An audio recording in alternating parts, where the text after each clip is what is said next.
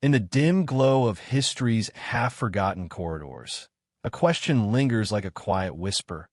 What truly happened between the Vatican, the Knights Templar, and the forbidden secrets said to lie beneath Solomon's temple? For centuries, this story has lived in the shadows, part documented fact, part suppressed memory, part legend whispered by scholars who dare to read between the lines. What begins as a tale of medieval knights and sacred missions quickly transforms into something far more enigmatic, pulling us into a world where religion, power, and ancient mysteries collide. To understand this journey, we must travel back nearly 1,000 years to a time when the world trembled between faith and fear. Pilgrims crossed deserts seeking salvation. Empires rose and collapsed. And far beneath Jerusalem's sacred stones, there existed a silence older than any kingdom. Into this complex and fragile world entered a small band of knights, men who would become known as the poor fellow soldiers of Christ and of the Temple of Solomon. Their purpose, at least on the surface, was simple: protect travelers on their way to the Holy Land. Yet from the very beginning, their story carries an unusual resonance, as if their true mission reached deeper than anyone admitted. As the Templars settled on the Temple Mount, something began to shift. Their presence, sanctioned by the Church, placed them directly atop one of the most sacred and controversial sites in human history. The Vatican watched with interest. The local rulers watched with caution.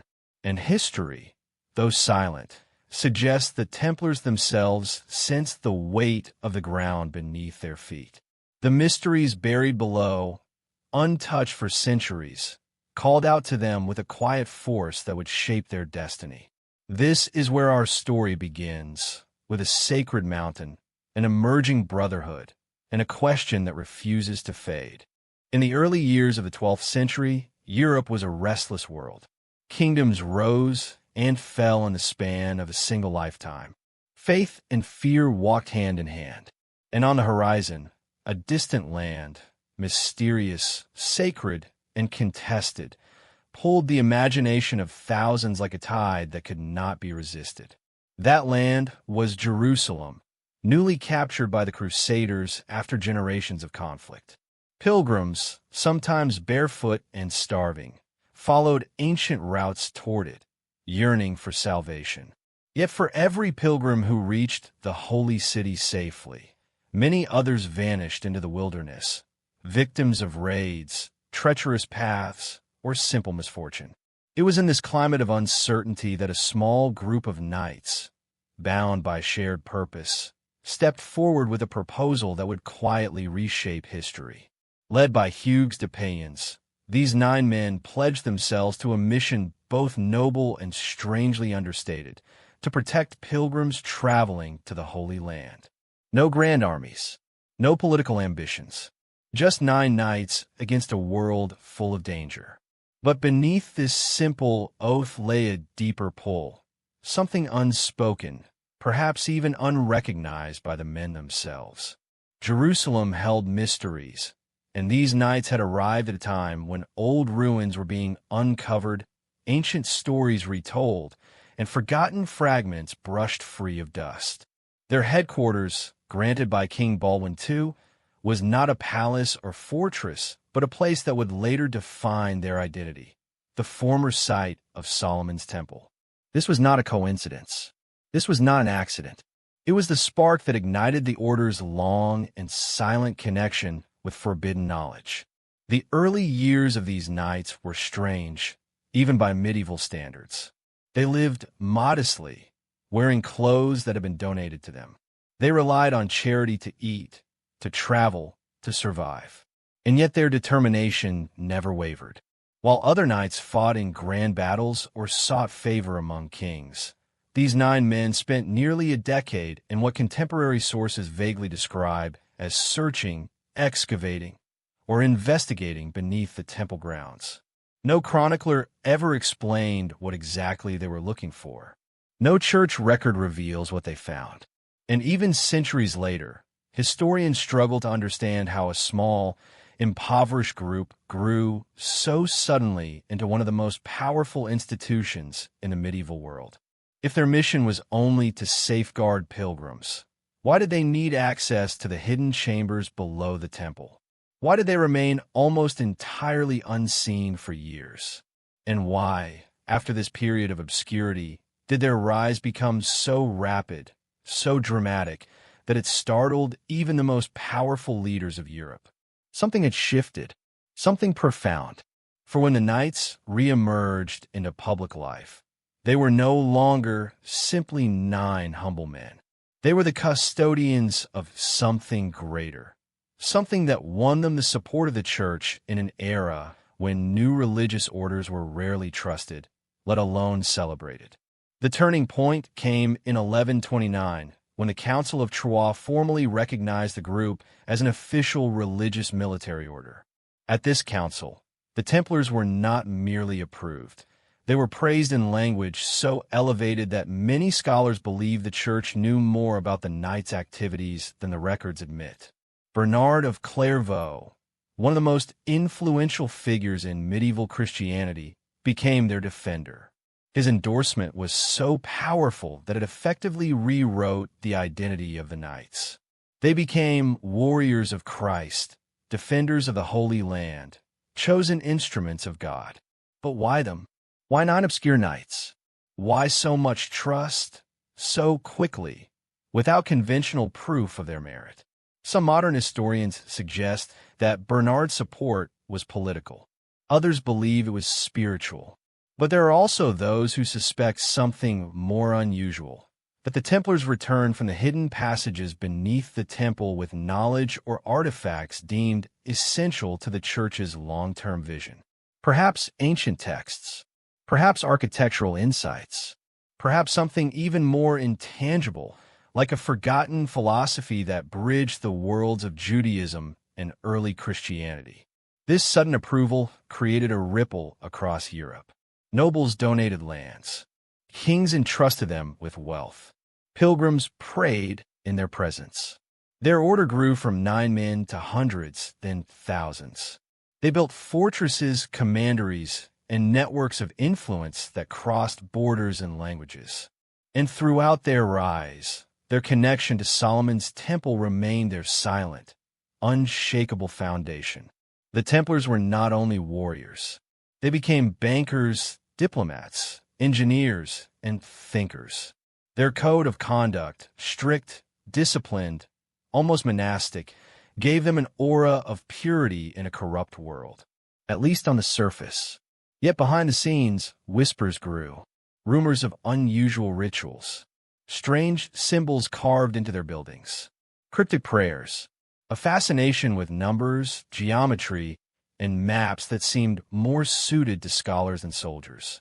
Where did this knowledge come from? Europe in the early 12th century was not a center of learning. Libraries were rare. Books were treasures. Arithmetic and geometry were mysteries known only to monks and a few scholars. And yet the Templars wielded these skills with confidence, precision, and purpose.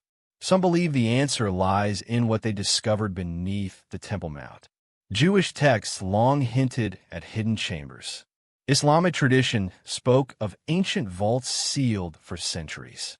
And early Christian writers suggested that the temple once housed scrolls too dangerous to preserve openly. If the Templars uncovered even fragments of these materials, it would explain their transformation. By the mid-12th century, the Templars were no longer a small group seeking purpose. They were one of the most powerful forces in the medieval world. Their influence stretched from Jerusalem to Scotland, from Portugal to the edges of the Byzantine Empire. Kings owed them money. Merchants depended on their protection. Pilgrims entrusted them with their lives. And yet, despite their visibility, the heart of the order remained hidden. Their rituals, their coded manuals, their underground archives, their strange devotion to symbols and architecture inspired by Solomon's temple. It was here, in this blend of devotion and secrecy, that their true identity formed. They were knights, yes, but they were also guardians, seekers, explorers of the sacred unknown. And whatever they uncovered in those early years, whatever knowledge they carried back to Europe, it did not fade. It expanded, quietly shaping the Order's destiny and setting the stage for both their unparalleled rise and their catastrophic fall. Their journey had begun with humility and faith, but it would continue in the realm of mystery, power, and hidden truth, a realm where few dare to follow. Solomon's Temple stands in history as a paradox, a structure so grand and so revered that it exists simultaneously in the world of archaeology, in the sacred texts of Judaism, and in the realm of myth. For centuries, scholars have debated whether the temple's grandeur is literal, symbolic, or something that blends both. The biblical descriptions speak of gold and cedar, of intricate carvings and sacred vessels. Yet these accounts, written long after the temple's construction, leave as many questions as answers. No stones from the original structure survive in their entirety, and the site itself has been destroyed and rebuilt multiple times, leaving only fragments to whisper its story. But to the Templars, the temple was far more than a historical curiosity. It was a map, a code, and a key. Its architecture, its chambers, and even its placement on the sacred ground of Jerusalem were believed to encode knowledge lost to time. Every stone, every symbol, every hidden passage was a potential doorway to understanding a deeper truth, a truth that might connect heaven and earth, mortal and divine. The temple's layout is described as a series of nested chambers: the outer court, the inner court, the holy place, and the Holy of Holies. Within these walls, priests performed rituals, offered sacrifices, and guarded secrets. The Holy of Holies, in particular, was a place of profound mystery, said to house the Ark of the Covenant. Only the high priest could enter, and only once a year. For the Templars, this restriction was not a deterrent. It was a challenge, a puzzle, a call to seek what others could not see. Archaeologists and historians have long sought evidence of the temple, combing through texts, ruins, and even geological surveys. Yet the truth has always been elusive. Some suggest that the temple's foundations contain hidden chambers or tunnels, sealed deliberately to protect sacred knowledge. Others claim that the dimensions of the temple reflect advanced mathematical understanding, sacred geometry meant to mirror the cosmos itself. To the untrained eye, it is simply architecture. To the initiated, it is a code waiting to be deciphered. The fascination with Solomon's Temple is not confined to history books or academic debate. It extends deep into esoteric traditions, mysticism, and the hidden philosophies that shaped medieval thought. Hermetic scholars, Kabbalists, and later secret societies all reference the temple as a symbolic source of ultimate wisdom. Some claimed it contained the secrets of divine creation, encoded in proportions, numbers, and hidden symbols. Others suggested that its treasures were not merely gold or jewels, but knowledge capable of transforming human understanding and power. For the Templars, the temple represented both a physical and a spiritual mission. They did not merely occupy the site. They sought to understand it, to unlock it, and to preserve its hidden truths. Accounts, though sparse and fragmentary, describe the Templars exploring subterranean chambers, studying ancient texts, and recording symbols that would later appear in their European commanderies. Their interest was not casual. It was deliberate, disciplined, and secretive. They recognized that the temple's value lay not in what could be seen, but in what was hidden. Some historians dismiss these claims as legend or exaggeration, pointing to the lack of direct evidence and the highly romanticized narratives of later chroniclers. Yet when one considers the rapid rise of the Templars, their extraordinary influence, and their unparalleled network of fortresses and knowledge across Europe, the question becomes unavoidable. What gave them this advantage? Was it merely military skill and royal favor? Or was there something more, some fragment of knowledge, carried from Jerusalem that others did not possess? The temple itself, as described in ancient texts, contains subtle features that seem almost impossible to interpret without esoteric understanding. Measurements, proportions, and alignments hint at knowledge of astronomy, geometry, and sacred rituals. Some researchers argue that the temple's dimensions align with celestial events, solstices, equinoxes, and star patterns.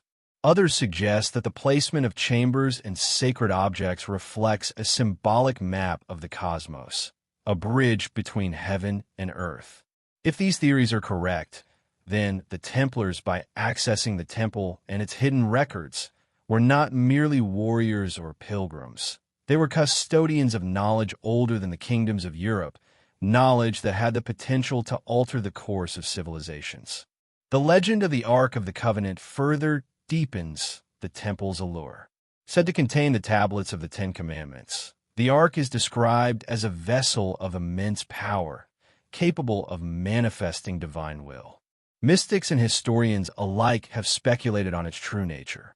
Some claim it was a literal artifact. Others suggest it contained encoded instructions, and still others argue it represents a spiritual principle rather than a physical object. The Templars' association with the Ark has fueled speculation for centuries, particularly the idea that they gained access to something hidden beneath the temple that mainstream history chose to ignore. Yet the temple was more than a repository of physical treasures or mystical objects.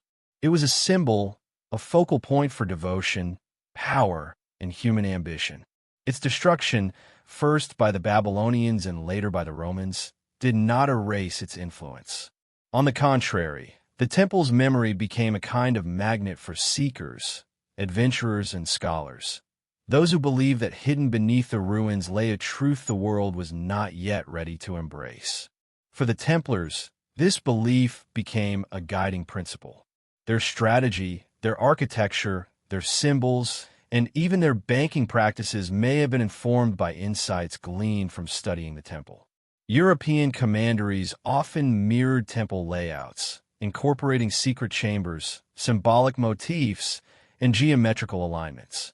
Some researchers argue that these designs were not aesthetic choices, but deliberate attempts to preserve the wisdom of Solomon's temple in a form that could survive persecution and centuries of suppression. The contrast between myth and history is central to the temple's story. Mainstream historians emphasize destruction, conquest, and legend, while esoteric interpretations focus on hidden wisdom, spiritual resonance, and encoded knowledge. This duality creates a tension that continues to fascinate modern seekers. It is precisely this tension, the interplay between visible history and invisible truth, that the Templars navigated with such skill, discretion, and ambition. Ultimately, Solomon's temple is more than a relic of the past. It is a symbol of the eternal human quest for knowledge, the desire to bridge the mortal and the divine, the visible and the hidden. For the Templars, the temple was not only a historical site to be revered, it was a map, a code, and a guide. And their time within its shadows would shape not only their order, but the very trajectory of European history, leaving traces of mystery that endure to this day. The story of Solomon's temple, as experienced by the Templars, is a story of discovery, of obsession, and of secrecy. It is a story that challenges conventional history, inviting us to look deeper, to question the narratives handed down by centuries, and to consider that beneath the ruins of Jerusalem lies a knowledge so profound that even the most powerful institutions have sought to protect it or to hide it entirely. It is in this shadow of mystery that the next chapter begins, the search for relics, the custodianship of forbidden knowledge, and the whispers of secrets that would define the Templar order for generations to come. Beneath the golden light of history and the shadows of legend, the treasures of Solomon's temple have fascinated seekers for millennia. Among these treasures, 3 stand out in particular: the Ark of the Covenant, the Holy Grail, and a series of secret scrolls that some claim contain knowledge beyond human comprehension. These relics are more than mere objects. They are symbols of power, faith, and forbidden wisdom, each carrying a story that intertwines with the Templars in ways that continue to captivate the imagination. The Ark of the Covenant is perhaps the most mysterious of all. According to biblical tradition, it held the stone tablets on which the Ten Commandments were inscribed. It was said to radiate divine power, capable of toppling walls, striking down armies, and even speaking to the chosen. Its presence in the Holy of Holies marked the spiritual center of the temple, a conduit between the earthly realm and the divine. For the Templars, the Ark represented not only spiritual authority, but also a key to understanding the hidden mechanics of sacred law, divine order, and cosmic balance. Some theorists argue that the Templars may have discovered a chamber beneath the temple where the Ark was stored, or at least glimpsed fragments of its design. If true, such knowledge would have granted them insights far beyond mere religious instruction, insights into the very architecture of faith and power. The Holy Grail, another legendary object, carries a slightly different kind of allure. Often romanticized in medieval literature, the Grail is typically described as a chalice, a vessel of divine grace. Yet in esoteric tradition, it is far more than a cup. Some claim it represents a spiritual elixir, a key to immortality, or even a repository of sacred bloodlines. The Templars, operating in a world that combined piety with secrecy, were believed to have embarked on quests to uncover the Grail not merely for material possession, but for the knowledge it symbolized. Stories of Grail hunts across Europe, through forests, mountains, and ancient cathedrals, hint at a Templar understanding that the Grail was less an object to be possessed and more a cipher to be interpreted. Then there are the scrolls, often mentioned in whispered accounts and fragmentary chronicles. These manuscripts, said to have been recovered from the temple or discovered during the Templars' explorations, may have contained instructions, mystical knowledge, or coded prophecies. Some historians dismiss them as legend. Others suggest that they were deliberately hidden, copied, and dispersed to ensure their survival. The scrolls were not merely texts but vessels of forbidden insight, texts that challenged conventional theology, hinted at alternative interpretations of Scripture, and proposed a form of knowledge that could reshape both faith and governance. The Templars' reputed access to these scrolls may explain their unparalleled sophistication in areas as diverse as mathematics, navigation, architecture, and diplomacy. The interplay between these relics, the Ark, the Grail, and the scrolls, creates a narrative that stretches across centuries. Individually, each represents a link to the sacred and the hidden. Collectively, they suggest a network of knowledge, a coded system of wisdom that the Templars may have been uniquely positioned to protect and interpret. Their interest was not in gold or glory alone, but in understanding, preserving, and perhaps controlling the flow of knowledge that could challenge the very foundations of medieval Europe. The secrecy surrounding these objects deepened over time. When the Templars returned from the Holy Land, their sudden wealth, strategic intelligence, and influence over kings and popes fueled suspicion. Rumors swirled that they had acquired not only physical treasures, but also knowledge dangerous enough to destabilize nations. Some chroniclers wrote vaguely of Templar vaults filled with texts, relics, and artifacts hidden from the eyes of ordinary men. Others described rituals that hinted at an understanding of divine law far more intricate than what the Church openly taught. The Ark, in particular, embodies the duality of power and secrecy. While public accounts emphasized its holiness and the Templars' pious devotion, esoteric interpretations suggest that the Ark may have been studied as a source of energy, a guide to sacred architecture, or even a tool for political leverage. Legends claim that the Templars mapped locations of potential vaults, traced patterns of sacred geometry, and encoded knowledge into their fortresses, perhaps inspired by the design of the temple itself. Similarly, the Grail's symbolism extended beyond spiritual nourishment.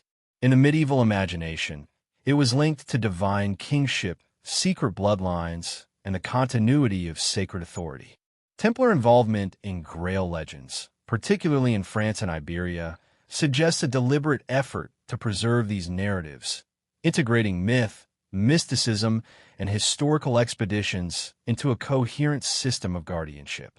They were, in essence, custodians not only of objects, but of the stories, symbolism, and secrets that surrounded them.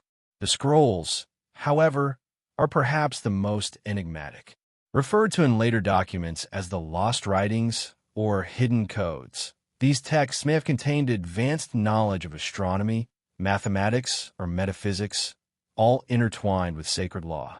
Some researchers argue that the Templars' architectural feats, particularly in the construction of Gothic cathedrals and fortified castles, were guided by principles gleaned from these manuscripts.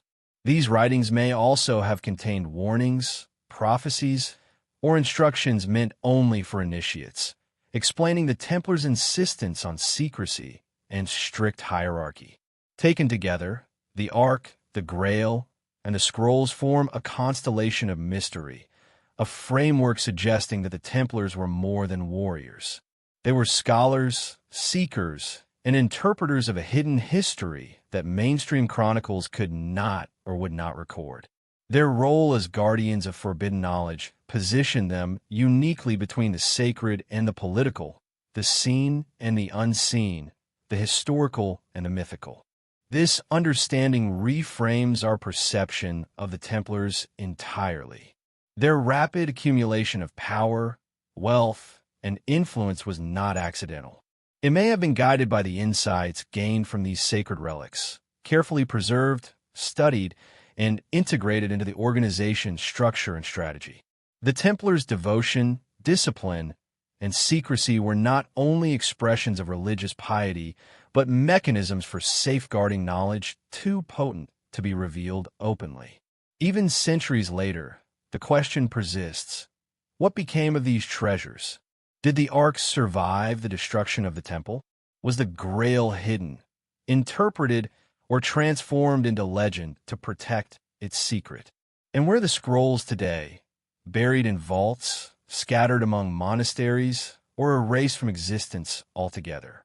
The Templars' legacy hints that these questions were never meant to be answered easily. Their mission was not simply to find these relics, but to guard them, protect their wisdom, and ensure that humanity would encounter them only when ready.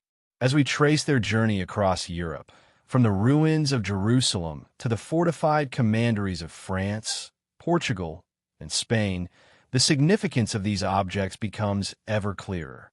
They were not merely symbols. They were instruments of knowledge, power, and transformation, an inheritance from Solomon's temple, carried silently by the Templars and concealed in ways that continue to challenge historians and seekers alike. It is within this web of sacred objects, hidden manuscripts, and encoded wisdom that the Templars' true identity emerges. They were custodians, explorers, and guardians of a world that existed at the intersection of myth, faith, and history. And their story, shrouded in secrecy and shadow, invites us to look beyond the obvious, to question the narratives of power, and to consider the possibility that some truths are meant to remain hidden until the right eyes, at the right time, are ready to see. The Templars' rise was astonishing, almost unnatural, and it invites a question that historians have wrestled with for centuries. How could a small band of warrior monks, beginning with just 9 members in Jerusalem, evolve into one of the most powerful institutions in medieval Europe within a single generation? The answer lies not solely in military prowess or royal favor, but in a combination of strategy, vision, and knowledge that seemed to surpass ordinary understanding. Their influence extended far beyond the battlefield. While other orders remained confined to monasteries or fought in scattered skirmishes, the Templars created a network that spanned continents, connecting Jerusalem, France, England, Portugal, and even the far reaches of the Iberian Peninsula. Their commanderies, fortified compounds that served as administrative centers, training grounds, and spiritual hubs, were strategically placed at crossroads of trade and pilgrimage. They were, in effect, a medieval network of power, blending the sacred with the practical, the spiritual with the political. Banking and finance were perhaps the most striking examples of their innovation. Long before the modern banking system existed, the Templars developed methods for safely transferring wealth across vast distances. Pilgrims could deposit funds in Jerusalem and withdraw them in Paris or London. Kings entrusted them with loans. Merchants relied on their protection. This financial acumen not only enriched the order, but also positioned them as indispensable intermediaries in European commerce. What appears as clever administration might have had deeper origins. Knowledge derived from the secrets of Solomon's temple, encoded in ways that gave the Templars an unparalleled understanding of value, trust, and networks. Their rapid accumulation of power inevitably drew attention and suspicion. Nobles envied their wealth, monarchs feared their independence, and even the church viewed them with a wary eye. Yet the Templars were careful to maintain a delicate balance. They answered only to the Pope, remaining outside the jurisdiction of kings. They cultivated an image of unwavering piety, strict discipline, and martial skill. To outsiders, they appeared as paragons of virtue and strength. To insiders, they were custodians of knowledge that could not be entrusted lightly. Military innovation also played a role in their rise. The Templars were not just warriors, they were strategists, engineers, and tacticians. Their fortresses were marvels of design, often incorporating hidden passages, vaulted chambers, and symbols that suggested more than practical defense. They reflected an understanding of geometry, astronomy, and sacred design. Some researchers propose that these principles were learned directly from the study of Solomon's temple, transferred across continents through cryptic maps, coded manuscripts, and oral instruction. Every stone, every angle, every hidden chamber was potentially a lesson in both security and sacred knowledge. It was not merely their skill or intelligence that set them apart. It was their reputation. Stories of Templar courage spread quickly, turning them into legends. Pilgrims, merchants, and nobles alike spoke of knights who fought with unwavering discipline, who protected the weak, and who maintained secrecy even under torture. These tales, often exaggerated over time, served a purpose. They reinforced the perception that the Templars were more than mortal men. They were warriors guided by a higher order, and perhaps by knowledge too potent to be revealed. Their political influence also grew alongside their reputation. Kings sought alliances, often granting lands and privileges in return for military support. The Templars became advisors, diplomats, and financiers, shaping the course of wars and treaties across Europe. Yet their loyalty remained enigmatic. While outwardly serving the church, they operated with a degree of autonomy that alarmed monarchs. This duality, obedience to God and independence from temporal power, made them unique, powerful, and ultimately dangerous in the eyes of those who sought to control Europe. Some historians argue that the Templars' influence was entirely the result of circumstance. Wars in the Holy Land, the growth of trade, and the approval of powerful figures like Bernard of Clairvaux. But others suggest that there was a guiding force behind their meteoric rise. Knowledge, carefully preserved, subtly applied, and used to inform strategy, finance, and diplomacy. This theory gains traction when one considers the Templars' interest in sacred geometry, celestial observation, and the hidden chambers of Jerusalem. Their network was more than practical. It was philosophical, rooted in principles that connected the physical and the spiritual, the temporal and the eternal. As their influence expanded, the contrast between the Templars and the surrounding world became more pronounced. They were wealthier than kings, more disciplined than ordinary armies, and more secretive than most religious orders. This duality, public devotion and private knowledge, was central to their identity. While the masses saw only knights in white mantles, insiders understood that the Templars were guardians of something far greater. Wisdom derived from a place few could access, a knowledge that had the power to reshape societies. It was precisely this blend of devotion, skill, and secrecy that ultimately made the Templars both admired and feared. Their rise was not accidental. Every fortress, every donation, every strategic alliance was part of a careful, deliberate plan to establish a presence that transcended the ordinary limits of military or religious power. And at the heart of this plan was a connection to Solomon's temple, a symbolic and perhaps literal link to knowledge that gave them the confidence, insight, and authority to operate on a scale unmatched by any contemporary order. By the early 13th century, the Templars were no longer a small band of knights. They were a continental network, a force of wealth, intellect, and influence that few could rival. Pilgrims crossed deserts under their protection. Kings relied on their counsel. Merchants trusted their banking systems. And everywhere they went, the subtle presence of the temple's influence, encoded in their architecture, rituals, and symbols, hinted at a secret dimension of power that remained hidden from all but the initiated. Their rise, however, was also a harbinger of vulnerability. With great power comes attention, and with attention comes envy, fear, and ultimately betrayal. But for now, at the height of their influence, the Templars stood as both protectors and seekers, a bridge between worlds, carrying secrets from the ancient Temple of Jerusalem into the heart of Europe, shaping the course of history in ways that remain visible and invisible to this day. Even in the midst of their growing influence and wealth, the Templars carried with them whispers of a knowledge that was far older, far more mysterious, and far more dangerous than the world around them could comprehend.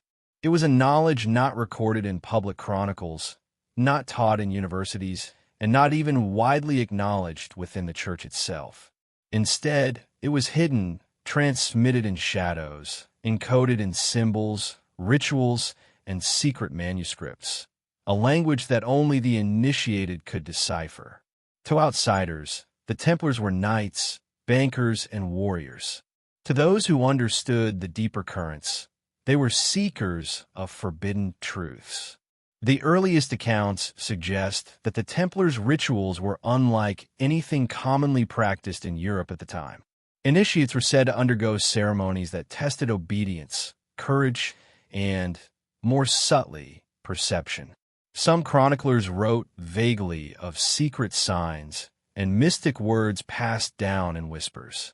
Others hinted at elaborate oaths taken in subterranean chambers beneath the order's commanderies, spaces designed to evoke the sanctity and mystery of the Temple of Solomon itself. These rituals were not mere theater. They were deliberate acts intended to shape understanding, perception, and loyalty, binding the knights not only to each other, but to the hidden knowledge they had pledged to protect. Among the most enigmatic aspects of these ceremonies were the symbols and coded markings that appeared on Templar buildings, manuscripts, and vestments. Some of these symbols were geometric, suggesting an advanced understanding of mathematics and sacred proportions. Others were cryptic, their meanings lost over centuries, yet still hinting at connections to celestial events, ancient texts, or even arcane science. Scholars and modern explorers have attempted to trace the origins of these symbols, finding echoes in Kabbalistic texts, Islamic architecture, and the remnants of the Temple of Solomon itself. The implication is that the Templars were not merely copying what they saw. They were interpreting, translating, and integrating knowledge from multiple ancient traditions. Even the most practical aspects of the Templars' life were infused with hidden meaning. Their fortresses were built not just for defense, but as embodiments of sacred geometry, each tower, wall, and passage carefully designed according to principles that may have originated beneath the Temple Mount. Their banking systems, too, were not purely financial. They followed a logic of balance, secrecy, and accountability that echoed the hidden structures of sacred texts. Every action, every decision, every construction project could carry a double purpose: the visible, practical function and the invisible, esoteric lesson. The Templars' obsession with secrecy and coded knowledge extended to the management of information. Manuscripts, maps, and records were guarded jealously, accessible only to those who had undergone rigorous initiation. Some of these documents are said to have contained instructions for decoding symbols, interpreting celestial alignments, or even understanding the spiritual essence of sacred relics. Among these texts may have been translations of Hebrew manuscripts from Solomon's Temple, alongside cryptic commentaries written by the Templars themselves. The goal was not accumulation of knowledge for its own sake. It was the preservation of wisdom that could be dangerous if misused. Whispers of forbidden knowledge also extend to Templar practices in the Holy Land. While their public duties involved protecting pilgrims and participating in military campaigns, behind closed doors there are accounts of subterranean chambers explored beneath the Temple Mount. Some suggest that these chambers contained relics, sacred texts, or architectural clues pointing to hidden truths. The Templars' investigations were methodical, almost scientific in nature, guided by observation, measurement, and coded reasoning. Whatever they discovered would later inform the design of European commanderies and fortresses, embedding the hidden logic of Jerusalem within the very stones of their rapidly expanding order. Their secrecy, however, did more than protect knowledge. It created a mystique that elevated the Templars above ordinary society. Nobles and kings feared them, not only for their military skill, but for the aura of mystery surrounding their rituals and symbols. Pilgrims whispered stories of knights who performed ceremonies unseen by ordinary eyes, knights who carried sacred relics or guarded secrets too dangerous to reveal. Even the Church, for all its approval and patronage, maintained a cautious distance, aware that knowledge beyond understanding could be destabilizing.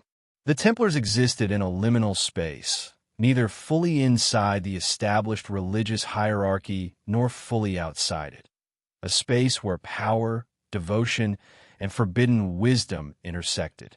Some chroniclers hint at the dangerous consequences of mishandling such knowledge.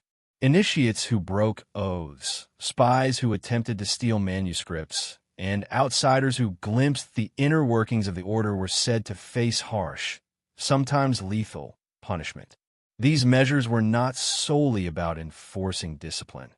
They were about safeguarding the integrity of knowledge too potent to be revealed indiscriminately. In this sense, the Templars were as much philosophers and custodians as they were warriors, aware that the survival of certain truths required secrecy, patience, and careful curation. The interplay between revelation and concealment defines much of what is known, or thought to be known, about the Templars. For example, some historians suggest that the Templars' sudden rise to power in Europe was aided by insights gained from these hidden studies, allowing them to outmaneuver rivals, manage resources efficiently, and anticipate political shifts. Others propose that the order's obsession with celestial and geometric principles informed not only military strategies, but also spiritual practices, blending science, mysticism, and practical governance into a coherent, hidden framework. Beyond the practical and esoteric, the Templars' secrecy created an aura of inevitability around their mission.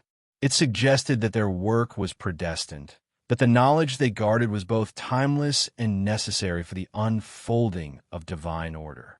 Their loyalty, discipline, and obedience were not merely rules. They were safeguards for a deeper purpose, a mission that extended beyond the battlefield, beyond the Holy Land, and across the centuries. Even today, centuries after the order's suppression, traces of this forbidden knowledge remain. Cryptic symbols on medieval cathedrals, coded manuscripts preserved in obscure archives, and references in esoteric writings hint at a continuity of understanding that defies the conventional record of history. These traces remind us that the Templars' obsession with secrecy was not mere paranoia. It was a recognition of the profound weight of the truths they had discovered, the dangers inherent in revealing them, and the responsibility of preserving them for a future that might one day be ready. Ultimately, the whispers of forbidden knowledge shape the very essence of the Templar story. They were warriors, yes, but also seekers, scholars, and custodians of wisdom that was both ancient and dangerous. Their rise to power, their influence across Europe, and their dramatic fall cannot be fully understood without acknowledging this hidden dimension. It is here, in the delicate balance between revelation and concealment, between faith and secrecy, that the Templars' true identity emerges, an identity built not only on devotion and valor, but on the silent guardianship of knowledge that the world was not yet ready to witness. The fall of the Templars was as dramatic as their rise, a story of betrayal, fear, and the sudden collapse of an order that had seemed invincible. By the early 14th century, the Templars' power had become a double-edged sword. Kings and nobles no longer envied them quietly. They feared them openly. Their wealth was immense, their fortresses impregnable, and their influence over both religious and political matters unrivaled. In France, King Philip IV, known as Philip the Fair, saw in the Templars not just rivals, but a threat that could undermine his authority. Yet what made them truly dangerous in his eyes was not only their wealth or military might, but the knowledge they were believed to guard. Secrets of Solomon's temple, sacred relics, and forbidden wisdom that could challenge even kings and popes. On a chilling morning in October 1307, Philip's agents moved with calculated precision. Across France, Templars were arrested simultaneously, seized from their commanderies, their possessions confiscated, their lives abruptly upended. The charges were grave: heresy, blasphemy, idolatry, and corruption. Yet beneath these accusations lay whispers of something far more compelling and far more dangerous. Rumors suggested that the Templars had discovered knowledge, or possessed relics, that threatened to disrupt the established order.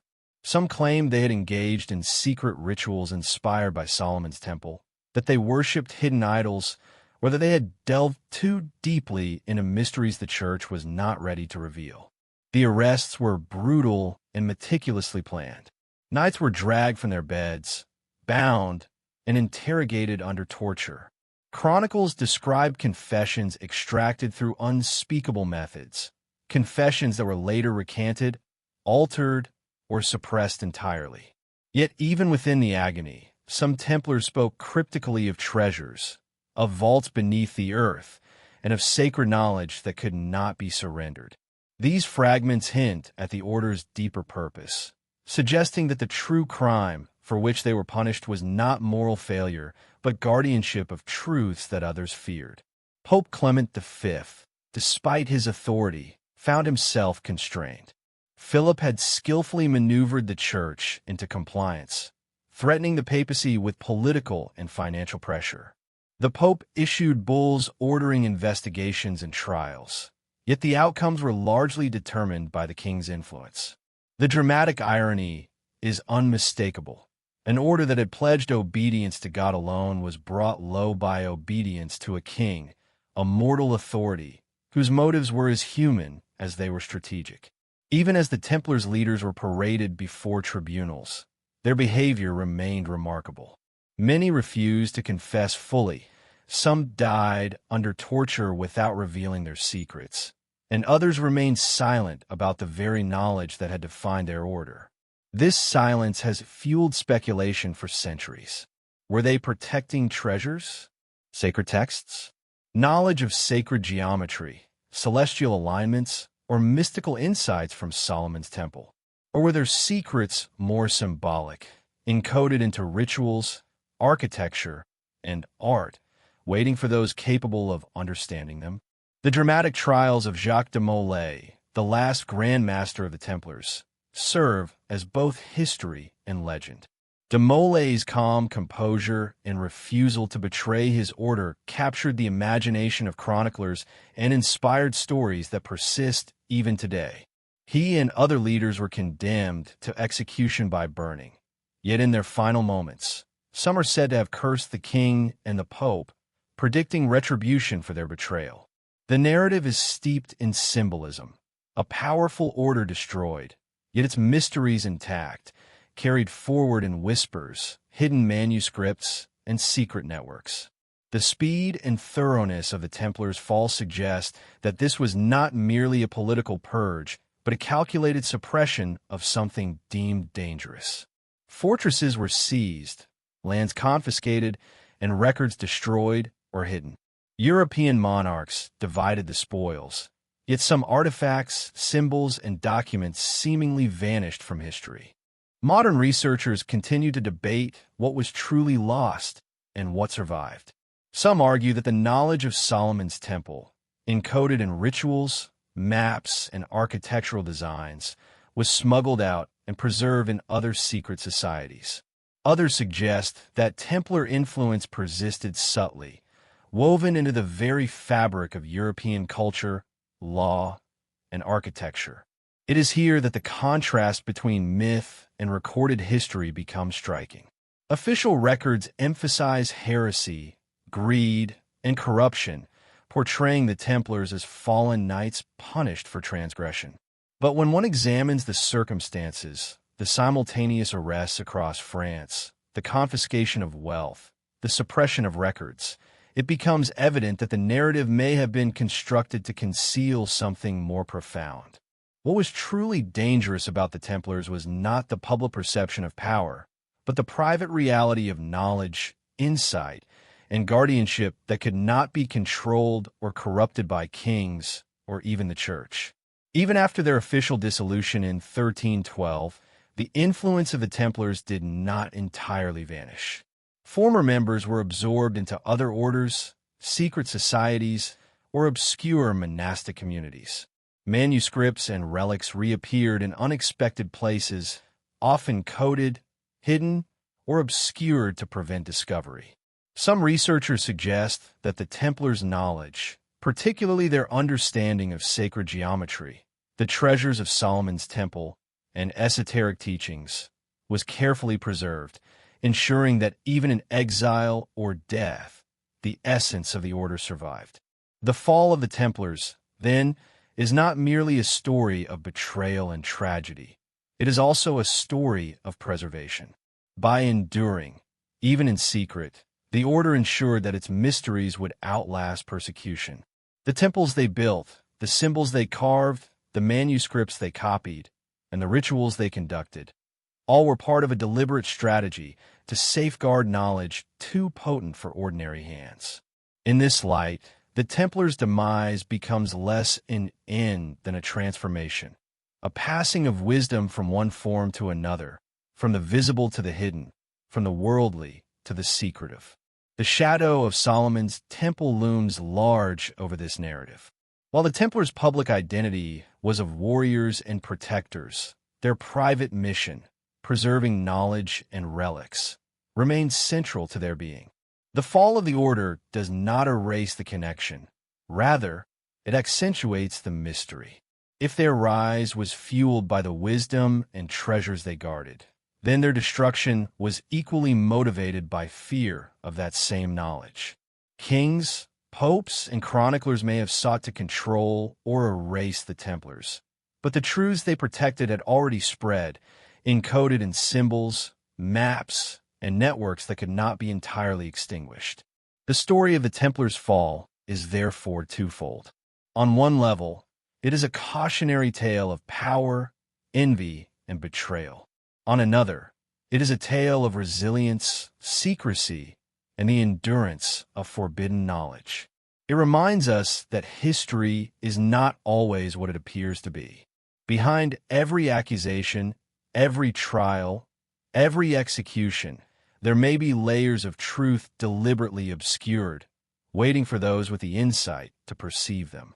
In the quiet aftermath, As fires consumed leaders and commanderies fell silent, the world assumed the Templars were gone.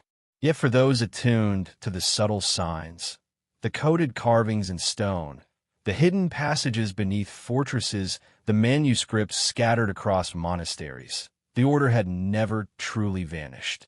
Their secrets, their guardianship of the sacred, and their connection to Solomon's temple persisted, waiting to be discovered by those who could read between the lines of history. The fall of the Templars, then, is not merely an end. It is a shadow, a ripple, a lingering presence in the hidden currents of power and knowledge. It is the moment when a world unready for truth attempted to suppress it, only to ensure that the mystery would endure, whispered across centuries, waiting for the eyes brave enough to follow the trail. Even after the Templars were disbanded and their leaders executed, the story of their hidden knowledge did not end. In fact, it seems to have been only the beginning of a new chapter, one that unfolded quietly, behind closed doors, in the shadows of Europe's greatest churches, castles, and secret chambers. The Templars' secrets, particularly those connected to Solomon's temple, were too valuable, too dangerous, and too profound to vanish entirely. Instead, they were absorbed, encoded, and preserved, carefully passed along to those deemed worthy, or sufficiently capable of understanding their significance. Some of the surviving Templars went underground, joining other religious and military orders that operated in secrecy, such as the Hospitallers or smaller, less documented groups. Others found refuge in noble courts, continuing their work in obscurity, blending into the fabric of medieval society while safeguarding what remained of their sacred knowledge. Manuscripts, maps, symbols, and relics were dispersed across Europe, often hidden in monasteries, private chapels, or even beneath cathedral floors. Each object and document was a vessel, a carrier of memory, designed to survive centuries of persecution and suppression. Modern historians and researchers have spent centuries tracing these hidden trails, seeking fragments of manuscripts, coded inscriptions, and architectural clues that might reveal the Templars' legacy. In Gothic cathedrals, for instance, the proportions of arches, the alignment of windows, and even the placement of towers sometimes reflect principles of sacred geometry that echo the designs believed to be present in Solomon's temple.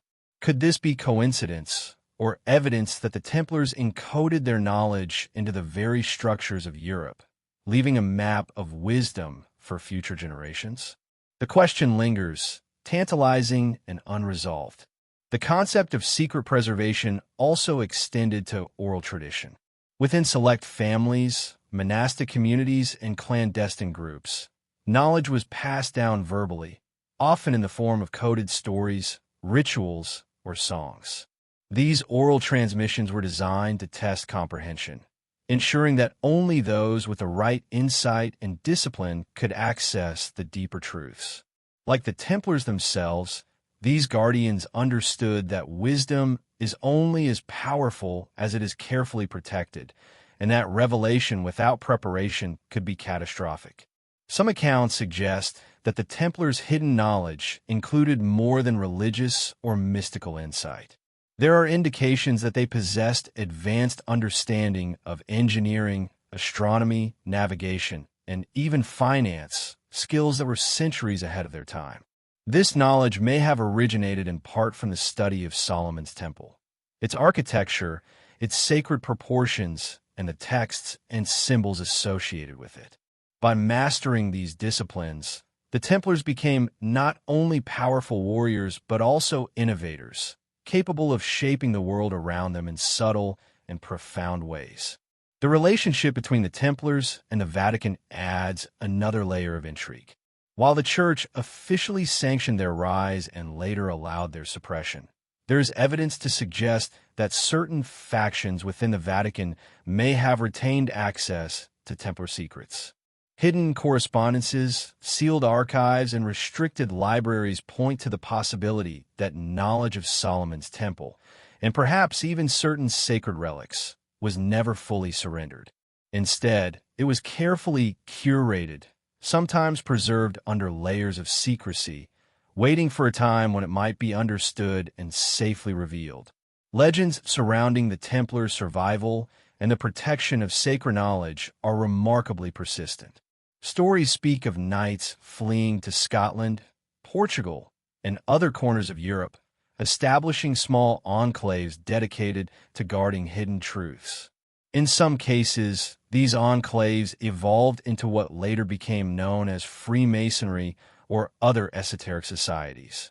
Symbolism, ritual, and coded structures appear in both traditions, suggesting a continuity of knowledge that traces back to the Templars' original mission beneath the shadow of Solomon's Temple. Even physical relics, supposedly confiscated or lost, continue to inspire fascination. Scholars and explorers have long speculated about the Ark of the Covenant, the Holy Grail, and sacred scrolls rumored to have been in Templar custody. While some may have been hidden for purely spiritual reasons, others could have been safeguarded as repositories of knowledge that, if revealed prematurely, might have disrupted social, religious, or political order. The exact fate of these objects remains one of history's greatest mysteries, their trail obscured intentionally to protect both their physical and symbolic power. The Templars' legacy is also evident in modern architecture and urban planning. Certain cathedrals, castles, and fortifications display geometric patterns, star alignments, or symbolic proportions that echo the sacred principles associated with Solomon's Temple. Scholars debate whether these were purely aesthetic choices, practical necessities, or intentional attempts to preserve hidden knowledge. The possibility that the Templars encoded wisdom into stone and mortar, into structures meant to endure centuries, speaks to a vision that extended far beyond their lifetime, a vision of knowledge carefully hidden in plain sight. Perhaps the most striking element of this hidden legacy is the enduring tension between visibility and secrecy. The Templars were simultaneously prominent and invisible, respected by kings, feared by monarchs, admired by the populace, yet guardians of truths that few could access. This duality persists in the echoes of their history, reflected in the careful balance between what was recorded publicly and what was transmitted privately. It is in these spaces, between revelation and concealment, that the true nature of the Templars' mission becomes apparent. Ultimately, the Templars' survival in secret, their preservation of sacred knowledge, and their continued influence long after their official dissolution underscore the enduring power of wisdom when it is safeguarded. They remind us that history is never fully written in public records. Much of it is preserved in shadows, in whispers, and in coded signs left for those patient, disciplined, and perceptive enough to follow the trail. The Templar's story is not only about knights and relics, but about a profound understanding of secrecy, timing, and human comprehension, a lesson that transcends centuries.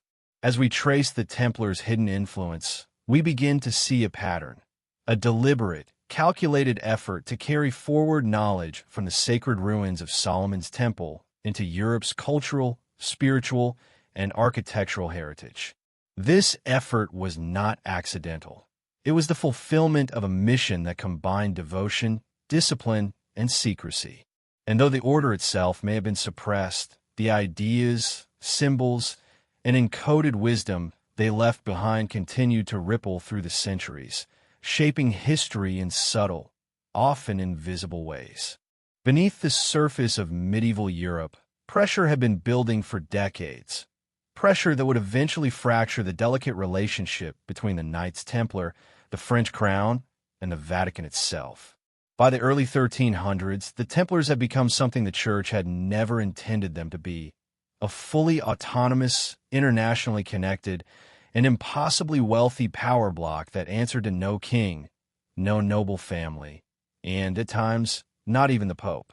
In an age when spiritual authority and political dominance were supposed to flow from Rome downward, this independence was unsettling. Yet what made the situation explosive was not only the Templars' influence, but the dark whisper that they possessed knowledge gleaned from their excavations under the ruins of Solomon's Temple. Knowledge that might challenge the Church's narrative about biblical history, sacred relics, and even the legitimacy of certain theological doctrines. France's King Philip IV, known as Philip the Fair, was the first to weaponize this tension. Philip saw the Templars not as holy warriors, but as a rival financial institution, one that had lent money to his father, financed multiple crusades, and held more gold in its Paris temple than the French crown itself. Deep in debt and increasingly desperate, Philip understood that destroying the Templars was not just politically convenient, it was economically necessary. But even Philip recognized that he could not move against such a powerful order without Rome's approval. The Templars were, after all, under papal authority alone. To challenge them meant confronting the Vatican at the same time. Thus began a subtle but relentless campaign. Philip's advisors and loyal theologians quietly fed Rome reports of Templar misconduct, whispers of unorthodox rituals, mysterious idols, secret initiations, and heretical teachings. Some allege that these rituals were derived from ancient documents recovered in Jerusalem centuries earlier. Whether Philip believed these claims himself mattered little. What mattered was that they provided ammunition. More importantly, they introduced a dangerous question into Vatican halls. Had the Templars learned something that threatened the Church's authority? Inside the papal court, Pope Clement V found himself trapped between two rising fears: the fear of political conflict with France and the fear that the Templars might indeed possess forbidden knowledge. Clement had inherited a weakened papacy forced to relocate to France, and his position depended heavily on Philip's cooperation. At the same time, older Vatican records revealed concerns that had lingered since the Templars' return from Jerusalem. For nearly a decade in the 12th century, the order had lived atop the ruins of Solomon's Temple with astonishing freedom. Their activities beneath the Sacred Mount were never fully documented, and several papal envoys who visited Jerusalem noted the Templars' unusual secrecy regarding what they had found. Some returned, claiming the Knights had recovered writings not meant for common eyes. By the late 13th century, subtle behaviors within the order intensified these suspicions. The Templars used coded communication, employed symbols seemingly unrelated to Christian doctrine, and conducted initiations behind closed doors. While most of these practices were practical, Philip and his advisors painted them as evidence of heresy, and the Vatican, already uneasy, found itself unable to simply dismiss them. As political pressure mounted, the French crown increased its manipulation. Philip used public sermons, forged testimonies, and strategically leaked rumors to make it appear as though the Templars were not merely independent, but dangerously unorthodox. The accusations grew stranger and more theatrical. Worship of mysterious heads, denial of Christ, spitting on the cross. To a modern audience, these claims may seem absurd, but in the fervent religious climate of medieval Europe, even the faintest suggestion of heresy was enough to incite panic. Worse still, the Vatican began to fear that if it defended the Templars too strongly, Philip would accuse Rome itself of shielding heresy. Behind closed doors, papal advisors debated the potential consequences. If the Templars truly possessed documents extracted from beneath the Temple Mount, documents predating the Church, or offering alternative interpretations of sacred scripture, exposing such materials could destabilize the entire theological framework of Catholic Europe. On the other hand, if Philip acted without papal consent, he could shatter the Church's authority over military orders. Clement felt the floor shifting beneath him. Whether the Templars were innocent or not, the balance of power was slipping away. The tension reached a point where the Vatican could no longer avoid action. Philip summoned his council and made it clear that if the Pope refused to act, France would move against the Templars independently.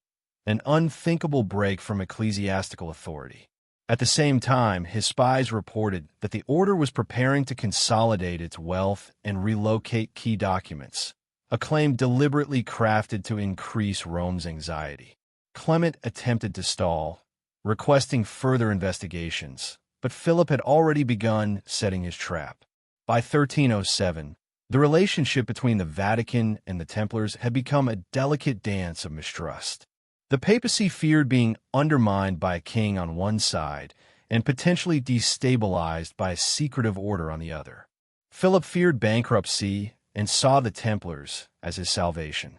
And the Templars themselves remained confident, perhaps too confident, that their oaths of loyalty and centuries of service would protect them.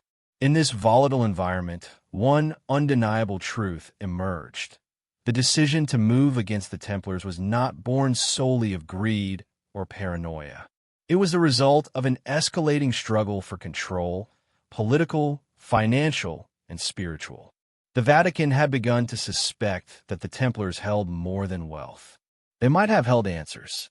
And in a world shaped by faith, the wrong answer in the wrong hands could alter everything. The stage was now set for one of the most dramatic and controversial events in medieval history. A coordinated strike that would unfold on a single dawn, reshaping the fate of an order that had stood for nearly 2 centuries. The morning of October 13th, 1307, began like any other in the kingdoms of France, cold, still, and unremarkable. Yet as the sun struggled to rise, thousands of royal officers moved in coordinated silence, approaching Templar commanderies, farms, fortresses, and houses spread across the realm. What followed would be remembered as one of the most meticulously planned crackdowns in medieval history. A synchronized sweep so precise that it seemed impossible without prior papal approval, yet so sudden that even many within the Vatican were caught off guard. This event marked the beginning of the order's downfall, but beneath the chaos lay a deeper mystery. The disappearance of key Templar documents, sealed chests, and sacred items that vanished before Philip's men ever broke through the doors. The arrests were brutal and overwhelming. At dawn, soldiers stormed the Paris Temple, the order's financial headquarters and one of the most fortified structures in the city. To everyone's astonishment, the Templars offered almost no resistance. Many seemed confused or in disbelief, as if they had never imagined that any king, even one as indebted as Philip, would dare lay hands on a papally protected order. Yet the royal writs were clear: heresy, idolatry, and blasphemy. These charges, dramatic, sensational, and unprovable, were exactly the kind needed to stir fear and justify swift action. What stood out, however, was not the arrests but what the soldiers did not find. Royal officers reported that certain rooms, especially archives and treasuries, were conspicuously empty. Chests that should have contained gold bullion sat open and bare. The Templar archive rooms, known for their meticulously organized documents, held only scattered scraps or deliberately burned remains. In Paris, a sealed lower chamber often described as the deep vault was found abandoned, with clear signs that items had been removed hastily. This was not an order taken by surprise. It was an order prepared for a strike long before it happened. Confidential testimonies from Philip's own officers indicate that they were shocked by how quickly sensitive materials had vanished. Some claimed the Templars had received warning from insiders in the French court. Others believed their internal system of couriers and coded messages detected Philip's preparations weeks earlier. And then there were more dramatic theories that certain documents and relics, especially those tied to Solomon's temple, had been kept in highly mobile vaults, ready to be relocated at the first sign of hostile intent. Soon after the arrests, carts of seized Templar possessions began making their way to royal and ecclesiastical repositories. But only a fraction ended up in the king's treasury. The most sensitive crates, those marked with symbols of the central archive, were diverted and escorted under papal envoys to an undisclosed location. It was an unusual move, considering Pope Clement V had not yet formally authorized mass arrests. These materials vanished into the shadows, absorbed into a bureaucratic silence that persists even today.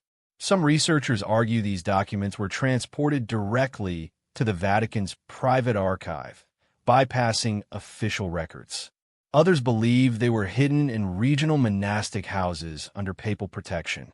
Whatever the case, they disappeared completely from the historical record. This raises a haunting question. What was inside those chests? Among historians, there are whispers of three categories of missing materials. First, financial ledgers, the backbone of Templar banking, many of which could have exposed debts of kings and nobles across Europe. Their disappearance would conveniently protect powerful figures while ensuring the order could not defend itself through documented transparency. Second, operational codes and maps, including encrypted communication systems and routes used during the Crusades. But the most controversial category is the third, ancient documents allegedly discovered beneath Solomon's temple.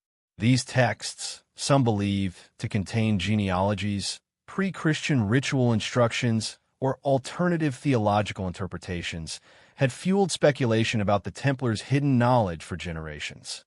Philip's interrogators searched obsessively for any trace of these writings, yet none were found. The absence of such materials only deepened suspicion. If they had existed, they had been relocated by the Templars or absorbed into Vatican custody before the king could seize them. And if they never existed, why did the interrogators focus so intensely on questions related to Jerusalem excavations, relics, and oaths tied to the Temple Mount? As the sweep continued across France, similar patterns emerged. When officers entered rural commanderies, they reported burning parchment, smoke-stained stone vaults, and pits where chests had been buried and removed. In some cases, only the imprint of boxes remained on the ground, rectangular shapes in dust or straw, suggesting that whatever had been stored there had vanished mere hours earlier. No one seemed to know where the contents had gone. Brothers under arrest refused to answer, some claiming they were bound by oaths stronger than fear of torture. This absence of physical evidence was deeply troubling for Philip. His entire case rested on proving the Templars guilty through the things they supposedly possessed: icons, idols, scrolls, manuals of forbidden ritual practice. Yet all he had were confessions extracted under extreme duress. Without tangible artifacts, the charges appeared hollow. The Vatican recognized this problem immediately. Pope Clement V, alarmed at how little proof had been recovered, demanded direct access to the seized materials in France. Philip delayed, avoided, and redirected inquiries, trying desperately to maintain control of the narrative. Eventually, he reluctantly forwarded a portion of the seized documents to the papal court, but the most important items, the missing crates, were already gone. Behind closed doors, the Pope's advisors whispered that someone had moved faster than the king. Perhaps the Templars had relocated their Jerusalem-derived materials to safe houses outside France, Portugal, Scotland, or Cyprus. Others believed the Vatican itself had mobilized envoys to collect certain items before the king could misuse them. After all, if the Templars possessed documents with theological implications, the Church would want them controlled, not displayed in a royal court. What makes this moment so fascinating is how both Philip and the Vatican appear to be searching for the same thing, yet neither found it. This suggests one of two possibilities. Either the Templars hid their most important treasures in a secret network known only to the highest-ranking members of the order, or those treasures were removed much earlier, perhaps even decades before the arrests, stored in locations far beyond the reach of French authority. By the end of the first week, thousands of knights were imprisoned, interrogations had begun, and the Templar order was effectively crippled. Yet the single most crucial objective, the confiscation of the order's secrets, had failed. The chests were empty. The vaults were bare. The trails were cold. In the shadows of royal courts and papal chambers, one reality became undeniable. Someone had anticipated the fall. Someone had acted with precision. And someone, whether inside the Vatican, inside the Templar hierarchy, or both, had made sure that whatever was recovered beneath Solomon's temple would not fall into the hands of a desperate king. The arrests had succeeded in breaking the order's strength, but they had failed in uncovering the truth. The mystery of the missing documents became, from that moment forward, a ghost that haunted every subsequent interrogation, every papal inquiry, and every modern investigation into the Templars' forbidden knowledge. In the dimly lit chambers where the interrogations took place, the air was thick with incense, sweat, and an unspoken atmosphere of fear. The men conducting these sessions were not simple guards or royal officers. They were papal envoys, theologians trained in doctrine, and specialists who understood exactly which questions could shake a knight's resolve. Their purpose was not merely to extract confessions of heresy, as the public narrative suggested, but to uncover something far more specific. Information tied to the Templars' time in Jerusalem and the secrets they might have brought back from beneath the ruins of Solomon's temple. What becomes immediately clear in surviving records is how strangely focused the interrogators were. They did not ask broadly about Templar life, military campaigns, or day-to-day practices. Instead, they repeated a narrow selection of targeted questions, circling around topics like hidden relics, unorthodox rites, mysterious knowledge, and objects or texts allegedly found in the Holy Land. They questioned the knights obsessively about an unknown head, a sacred object said to be central to their rituals. They asked about secret oaths taken during initiation, probing for hints of teachings that differed from traditional Catholic doctrine. They pushed relentlessly for details about the order's earliest years in Jerusalem, specifically the period when the Templars had exclusive access to the Temple Mount. The consistency of these questions reveals the Vatican's true concerns. They were not interested in superficial accusations. They were searching for the origin of the order's independence, its hidden authority, and the source of its mysterious wealth and influence. Rumors had swirled for decades that the Templars returned from Jerusalem not only with treasure, but with documents, ancient texts, or lost writings that could challenge or reinterpret Christian teachings.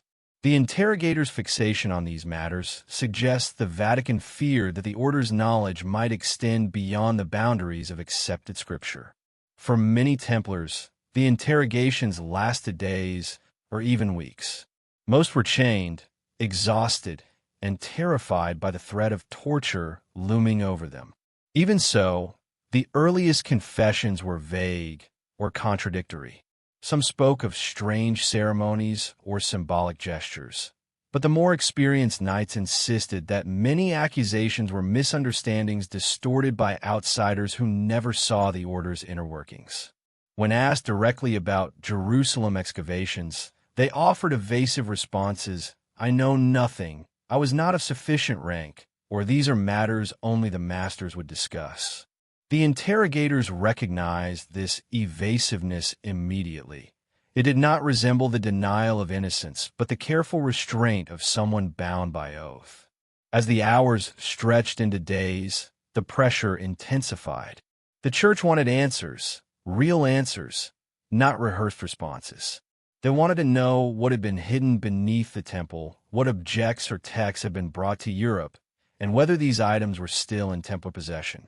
One line of questioning that appears repeatedly in surviving transcripts asks whether the brothers worshipped or safeguarded anything of great antiquity, a phrase intentionally vague, allowing knights to reveal whatever came to mind. Another persistent question concerns a book of secrets, an alleged manuscript of unknown origin said to be guarded only by the highest-ranking officers. Whether such a book existed remains unproven, but the Vatican clearly believed it might. What makes this period particularly striking is how much the interrogators already knew, or thought they knew, about the Templars' activities in Jerusalem. They referenced supposed tunnels, underground chambers, and relics rumored to have been discovered in the 1120s.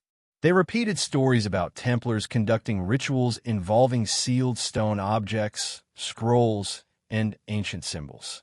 These details could not have come from Philip's royal investigators. They reflected concerns that had existed in the Vatican for decades. This indicates that Rome had long suspected the Templars possessed knowledge outside Orthodox teachings. Some brothers broke under torture, offering confessions shaped by pain and fear. Yet, even these confessions are peculiar. Instead of providing clear evidence of heresy, they often included disjointed descriptions: kissing rituals, denial of the cross, worship of mysterious heads. These statements, while dramatic, did not align with the focused theological questions the papal interrogators were pressing. If anything, they seemed like desperate attempts to provide something, anything, that might end their suffering. The Vatican, however, was not satisfied. They wanted coherence, not chaos. They were looking for a pattern, a clue that could explain why the Templars had grown so independent and how they managed to accumulate such influence.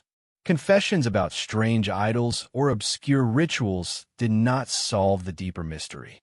What the Church wanted to know was whether the Templars had uncovered something in Jerusalem that gave them intellectual or spiritual leverage, something powerful enough to cause a centuries-long tension between the order and the papacy. As interrogations continued, attention focused increasingly on high-ranking members. Only they, the Church believed, could answer the most critical questions. What had the early masters found under Solomon's temple? What did the order teach behind closed doors? Were there documents or relics that challenged Catholic doctrine? The Vatican's obsession with these issues is unmistakable. Interrogators repeatedly asked the same structured questions across different regions, as though following a secret checklist. When the Templar leadership was questioned, the tone shifted. The higher-ranking knights appeared more composed, more loyal to their vows, and less willing to reveal anything that might betray the order. They denied heresy consistently. They spoke of their loyalty to the Church, their vows, their mission.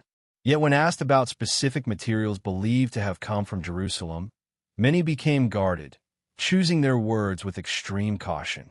Their answers were neither admissions nor denials, only carefully controlled responses designed to reveal nothing.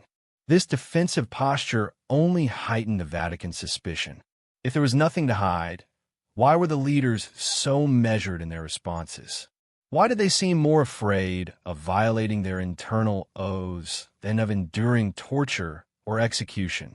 Something in their silence suggested the existence of knowledge they were unwilling or forbidden to divulge. Eventually, some interrogators noted that the Templars appeared more concerned with protecting certain secrets than with saving their own lives.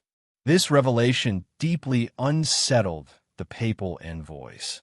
If the order valued its knowledge above survival, that knowledge had to be extraordinary. As months passed, the Vatican's frustration grew. Despite hundreds of interrogations, the Church still lacked tangible proof of heresy. Instead, they were left with scattered hints of a deeper secret, glimpses of information that had slipped beyond their reach. They had expected to find forbidden doctrines, relics, or scrolls. Instead, they found empty vaults, vanished documents, and men who would die before revealing the truth. This drove Rome toward an unavoidable conclusion. Whatever the Templars had discovered beneath the Temple Mount had not been seized by Philip's officers. It remained hidden, protected by the surviving network of the order, or absorbed into unknown hands before the arrests began. The interrogations had exposed nothing concrete, yet they had revealed something far more unsettling, a pattern of silence. A silence that hinted at secrets so profound that even torture could not break the oath that guarded them. The Vatican, for all its power, found itself staring into a void it could not illuminate, a mystery it could not unravel. And in that void, The legend of the Templars' forbidden knowledge only grew darker, more compelling, and more dangerous. When the dust of the first arrests began to settle and the Vatican's investigators reviewed everything that had been gathered, one document quietly emerged as both a revelation and a contradiction to the Church's public stance.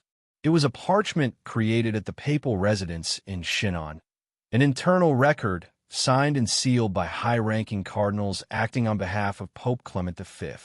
This document, which would remain hidden for centuries, revealed something astonishing. The Templar leadership had been privately absolved of the very charges for which the Church would later condemn them publicly. The Chinon parchment is one of the most important yet misunderstood artifacts of the entire Templar saga. At its core, it exposes a stunning duality in the Vatican's behavior during the crisis. Officially, the Church portrayed the Templars as heretics, sorcerers, and blasphemers. But in private, the Pope's own representatives found the leaders of the order guilty of nothing more than minor irregularities, common disciplinary lapses for a group shaped by war and isolation. They forgave them, reinstated them, and declared them members of the Church in good standing. There was no heresy, no idol worship, no denial of Christ, none of the sensational accusations that Philip IV had broadcast across Europe. Yet despite this absolution, the Pope did not stop the suppression of the order. He did not shield them from the trials. He did not publicly announce their innocence. Instead, he allowed the persecution to continue, allowed confessions extracted under torture to define the narrative, and eventually permitted the dissolution of the Templar order entirely. This contradiction is one of the clearest indicators that something much deeper and more dangerous was unfolding behind the scenes. When the Templar leaders were brought to Chinon, they were exhausted, humiliated, and likely already aware that Philip's machinery was grinding the order into dust. But their testimonies to the papal envoys were calm, consistent, and notably different from the confessions forced under royal interrogation. They admitted to occasional breaches of proper conduct, ritual shortcuts, moments of moral weakness, but firmly denied any acts of heresy. The Vatican officials questioned them rigorously, hunting for the slightest indication of forbidden rites or esoteric teachings. Yet the answers they received did not match the lurid accusations Philip had put forth. The Templar leaders were steadfast, dignified, and resolute. What stands out in this secret hearing is the Church's line of questioning. It was not centered on the bizarre rumors, like spitting on the cross or worshiping a severed head, that Philip's interrogators had latched onto. Instead, the papal envoys asked about the inner theology of the order, their teachings, and particularly the content passed down from their earliest founders. They asked about unusual oaths. They asked about things the Knights were told never to repeat. And most importantly, they asked about what knowledge, sacred or otherwise, the Templars had inherited from their time in Jerusalem. The Templar leaders denied heresy, but their silence on certain matters was unmistakable. There were questions they answered carefully, indirectly, or avoided entirely, not out of deceit, but out of unwavering loyalty to the vows that bound them. This subtle evasiveness likely confirmed to the Vatican that the order held deeper knowledge the Church needed to contain. Yet rather than provoke open conflict or force the Knights to reveal their secrets, the Vatican made a calculated decision. It absolved the leaders privately and pursued a political solution publicly. The Chinon meeting was not an act of mercy. It was an act of strategy. The Pope knew he was trapped. If he openly defended the Templars, he risked war with France and instability across Europe. Philip had already demonstrated his willingness to bully the papacy. He had even forced an earlier pope into submission. At the same time, if the Vatican publicly condemned the Templars on charges it knew were false, it risked discrediting the Church's moral authority. So Clement V devised a delicate compromise: absolve the Templar leaders behind closed doors to preserve spiritual integrity, but allow the political machinery of suppression to continue. This dual-track approach is one of the clearest signs that the Vatican was far more concerned about controlling information than conducting justice. The secrecy surrounding the Shinon absolution suggests that the Pope feared the consequences of publicly acknowledging the order's innocence. If the Templars were innocent, then Philip's accusations would be exposed as lies. If Philip was exposed, he might retaliate by revealing inconvenient information about the papacy, or, more dangerously, about what he suspected the Templars possessed. In this sense, the Shinon parchment is not only an absolution, but a symbol of profound institutional fear. It reveals a church trying to protect itself from forces on multiple fronts: a powerful king, a powerful military order, and powerful secrets that both sides believe could reshape the religious world. The aftermath of the Shinon hearings deepens the mystery further. Despite being absolved, the Templar leaders were not released. They were returned to captivity. Many were later retried by French courts, tortured, and sentenced to death. The Pope issued a public decree dissolving the order, not for proven heresy, but for the sake of unity and peace within Christendom. This justification was vague, diplomatic, and deliberately evasive. It allowed the Church to distance itself from the false charges without contradicting the king or undermining its own authority. And then there's the most disturbing detail of all. The Shinon parchment itself disappeared from public knowledge for centuries. It was not referenced in public papal records. It was not shown during the trials. It was not used to defend the Templars. Instead, it was buried deep in the Vatican archives, sealed away among documents classified as too sensitive or politically dangerous to expose. When historians rediscovered the parchment in the early 21st century, it shocked scholars around the world. Suddenly, the Vatican's motives during the Templar trials looked very different. The Church had possessed proof of the order's innocence all along. Yet instead of safeguarding the Knights, it had allowed the suppression to unfold in a way that served political interests and maintained control of whatever knowledge the Templars carried. This raises a crucial question. What exactly was the Church trying to protect? If the Templars had uncovered relics, texts, or teachings that threatened established doctrine, the Vatican would have been desperate to contain them. Philip, too, would have wanted these secrets for his own purposes. The Shinon absolution suggests that the Church may have negotiated with the Templars for access to certain materials, perhaps even accepting custody of some items privately, while allowing the order itself to be dissolved publicly. In this light, the Templar trials were not simply a political purge. They were an operation of information control. The Vatican's private absolution and public condemnation were two halves of the same strategy: protect the Church's authority, maintain stability, and prevent dangerous knowledge from spreading beyond tightly controlled boundaries.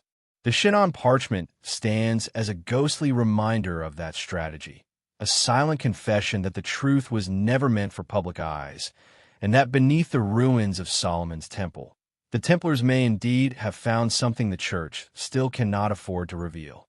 Across the centuries, scholars, archaeologists, and mystics have attempted to reconstruct what once stood atop the sacred plateau of Jerusalem, Solomon's temple.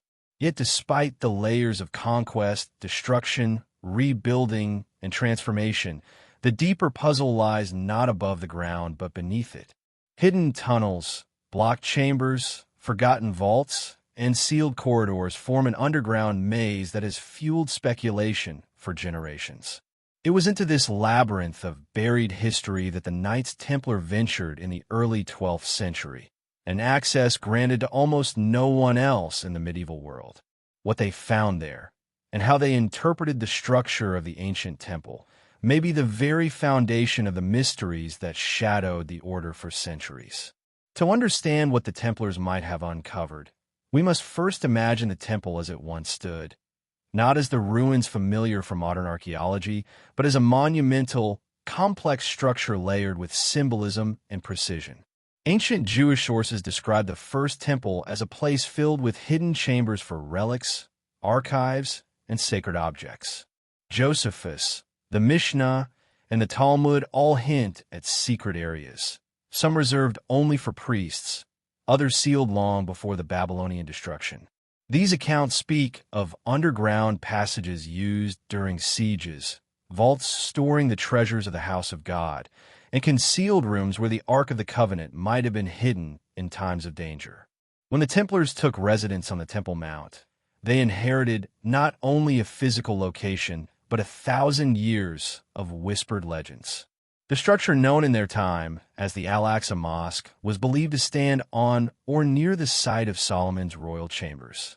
The Dome of the Rock guarded the foundation stone, revered in Judaism, Islam, and Christianity. Beneath these structures lay a web of subterranean spaces, some natural caverns, others carved in antiquity. Medieval Muslims had preserved certain tunnels and cisterns, but many more had been sealed or forgotten. For the Templars, warriors charged with protecting pilgrims, the opportunity to explore such terrain was extraordinary. What draws the modern imagination most powerfully are the descriptions of sealed vaults. Old Crusader chronicles mention stone chambers not entered since the time of the ancients. Muslim architects who oversaw repairs for the Templars recorded that the knights excavated with great secrecy and often at night. Even later Ottoman records preserved memories of Frankish tunnels the knights had reinforced or reopened. These hints align with one of the most persistent legends, that the Templars spent nearly 9 years conducting controlled excavations under the Temple Mount during the order's earliest years in Jerusalem. To reconstruct what the Templars may have encountered, we can follow the plausible layout of the ancient temple's underground levels. One of the most significant features was the vast network of water systems, cisterns, channels, and pools carved deep into bedrock.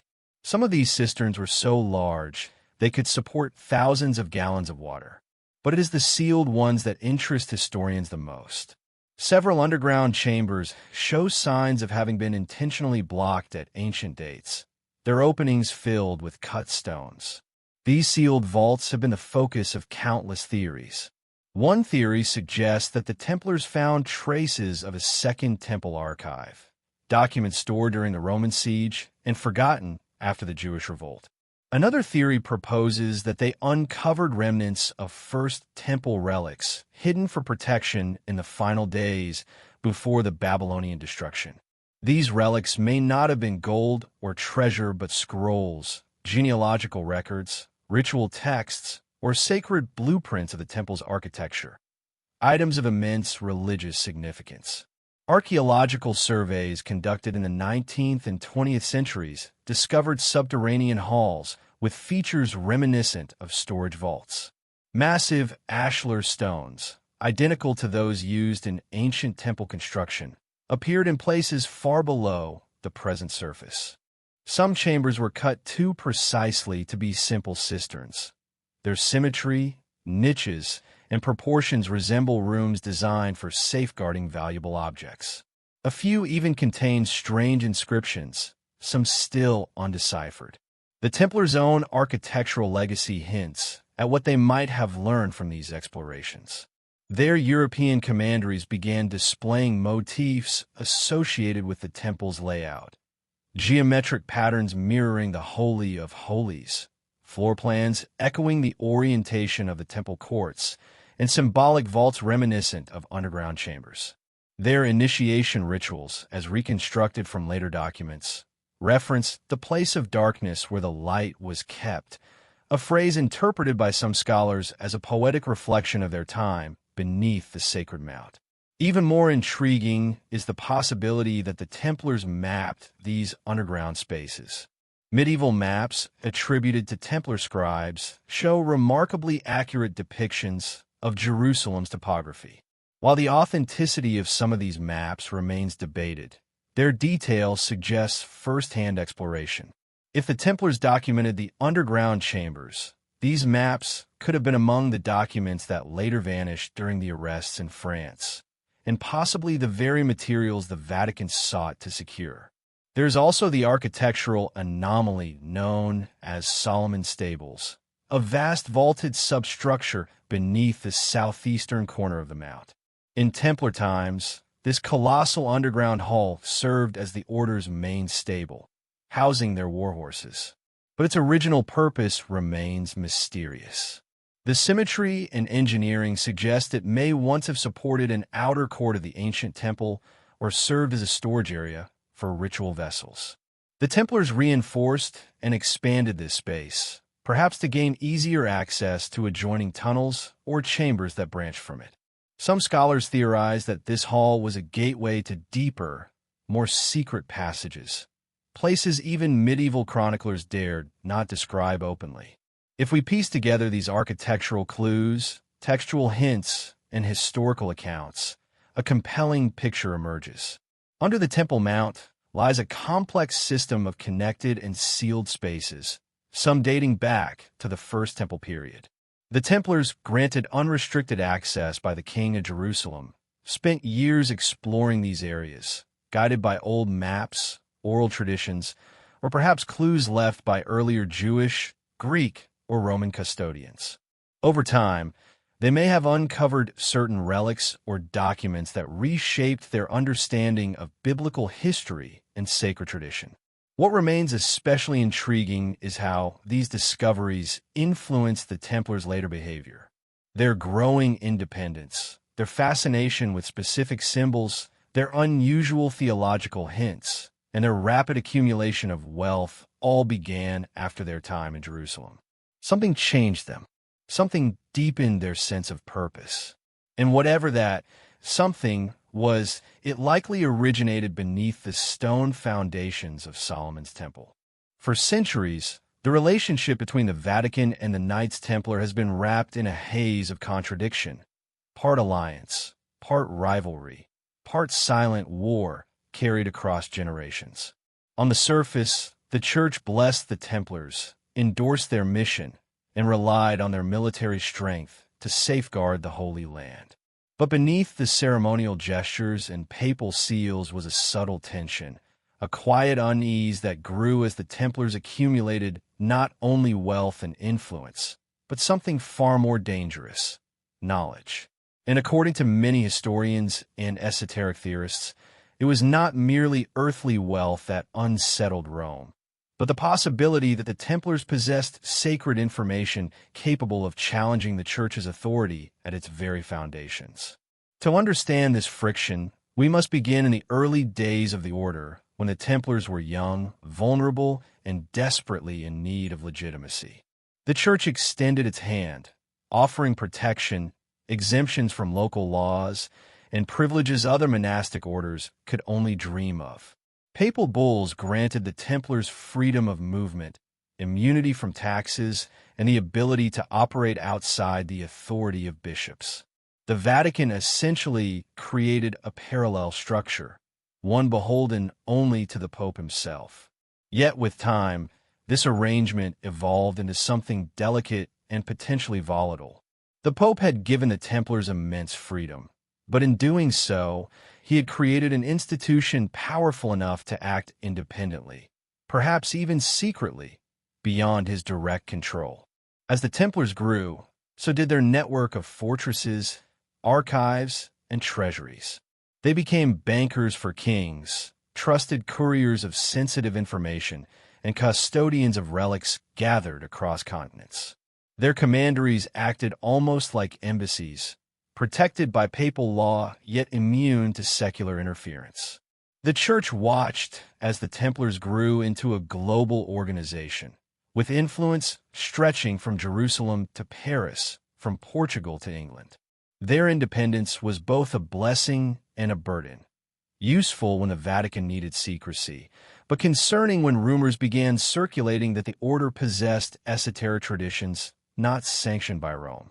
The deepest point of tension centered on Jerusalem, specifically the years the Templars spent excavating the Temple Mount.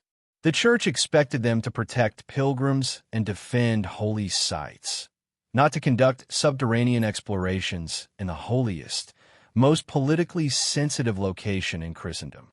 Though the Vatican never officially reprimanded them, it undoubtedly noticed the subtle shift in the order's symbolism after their time beneath the temple. Strange icons began appearing in Templar chapels, geometric patterns, references to the Temple of Solomon, and symbols associated with Jewish mysticism and early Christian sections. Their rituals became more elaborate, more secretive.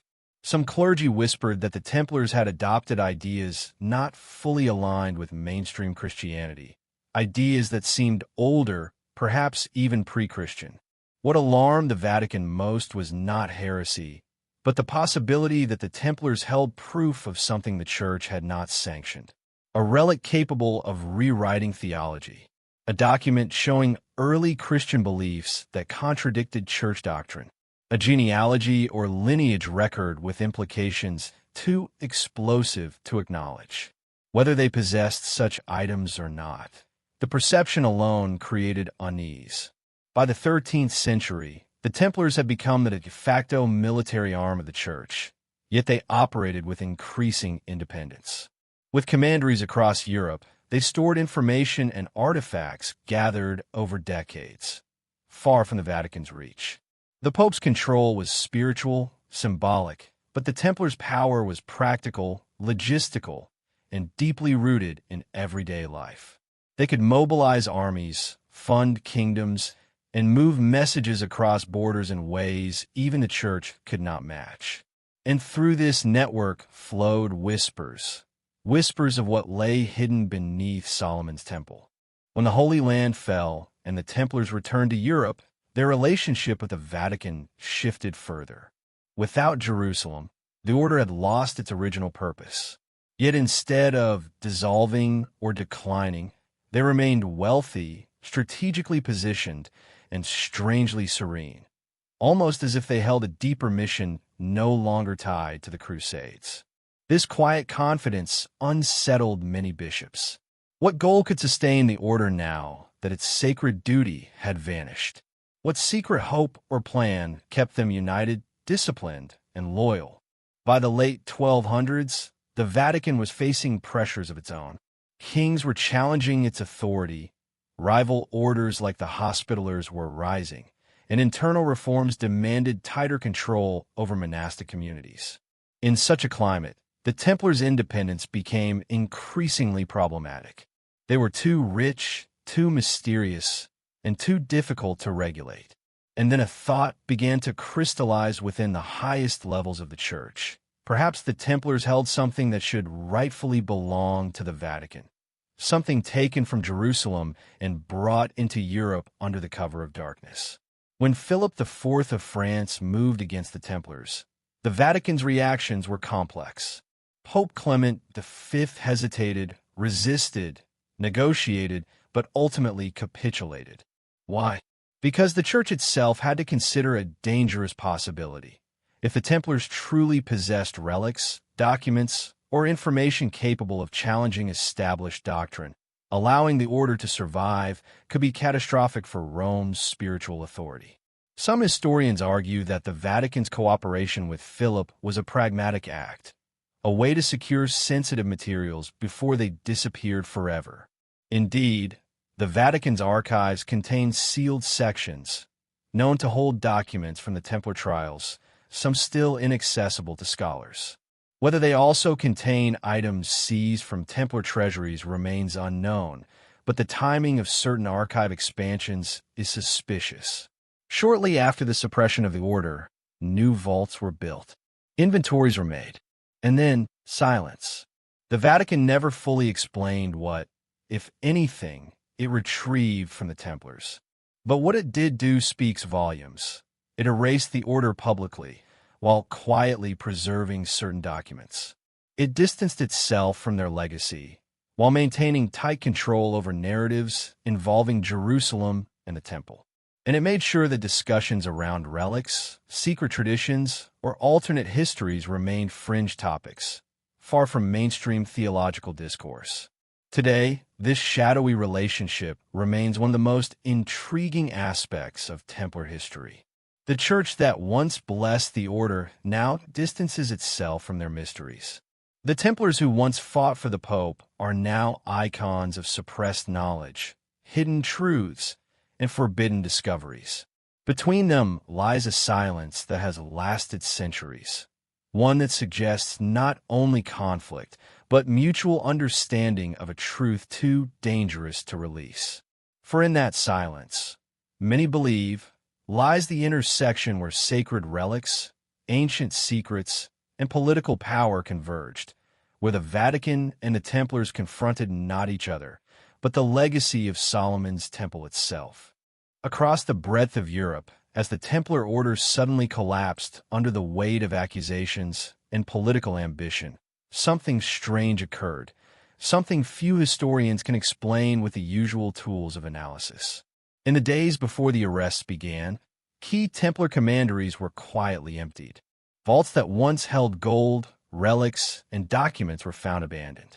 Secret rooms beneath chapels were discovered swept clean. Even the great parish treasury, the financial heart of the entire order, was mysteriously emptied before King Philip's men arrived. It was as if the Templars had sensed the coming storm, or perhaps had been warned, and took decisive action to safeguard the one thing they valued above all else: the knowledge and relics they had preserved since their time beneath Solomon's temple. This is the point where the story turns from documented history into a realm of near-mythic speculation. But the consistency of the legends that follow, their persistence across countries, languages, and centuries, suggests something extraordinary happened in those frantic days.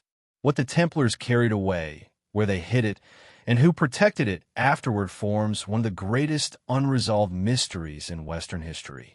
The most enduring theory is the flight to Scotland. When Pope Clement V issued orders across Europe for the arrest of the Templars, Scotland was uniquely positioned to resist. It had already been excommunicated due to its conflict with England, which meant papal commands had no legal force there.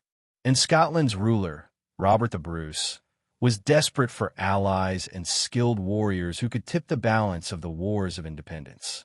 It is within this window of opportunity that a fleet of Templar ships, said to have sailed from La Rochelle, vanished into the Atlantic. Some chronicles claim they landed in Scotland, bringing not only surviving knights, but also items too precious to risk falling into the hands of France or Rome. The foundation of Rosslyn Chapel, built in the 15th century by the Sinclair family, is often linked to this theory. The chapel's carvings bear motifs rarely found in medieval Christian art: geometric patterns reminiscent of the Temple of Solomon, depictions of twin pillars, mysterious foliage resembling American plants carved before Columbus voyages, and hidden symbols resembling Templar seals. Some researchers suggest Rosslyn was constructed as a stone memory, a repository of Templar lore encoded in architecture. Whether or not relics lie beneath its floors remains uncertain, but ground-penetrating scans hint at sealed chambers no one has dared to open. Another theory traces the Templars to Portugal.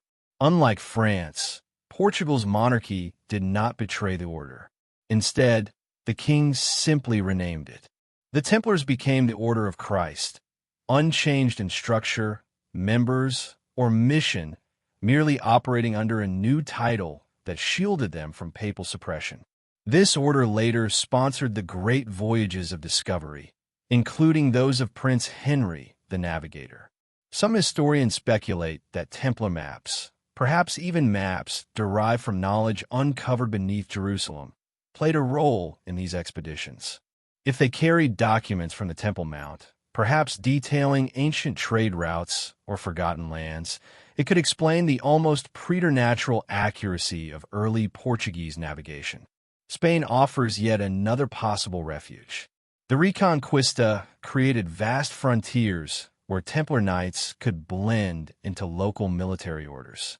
Some Spanish archives contain passing references to Brethren of the Temple, serving under new banners, still bound to silence, still following their ancient rites in secrecy.